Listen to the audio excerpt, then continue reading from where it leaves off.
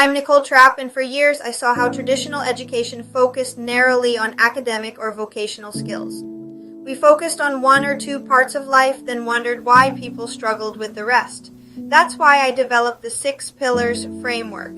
It's a comprehensive map to foster the holistic development of the learner, and I'm excited to guide you through the process. The 6 pillars are built on empowering you. They are 6 distinct yet fundamentally interconnected domains, from life and career to emotional health and fun. We recognize that a challenge in one area can significantly impact all the others.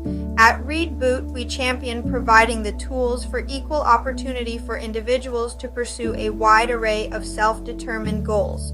My lectures are designed to provide clear, straightforward language and present information neutrally so you can apply it to your unique path.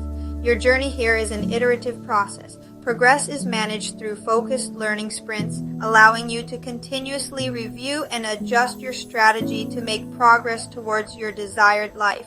Now, a quick but necessary distinction. I am your creator and content lecturer. I will be guiding you through the philosophy and structure. For all questions related to grading, assignment feedback, specific due dates, or your individualized personalized learning plan, PLP, you must contact your assigned learning coach. They are your primary mentor and manager for this course. Please remember to communicate with them and utilize feedback from your learning facilitators and supervisors. It's a crucial part of the process. I want to hear directly from you. We need to continuously challenge and refine this model. If you have a philosophical question about the why of a pillar, or if you want to challenge how we connect 2 domains, leave your thoughts in the comment section below. I read them, and they may inspire future video content. Thank you for joining the Reboot movement. Let's make your development truly holistic. I look forward to guiding you through the first lecture on the life pillar.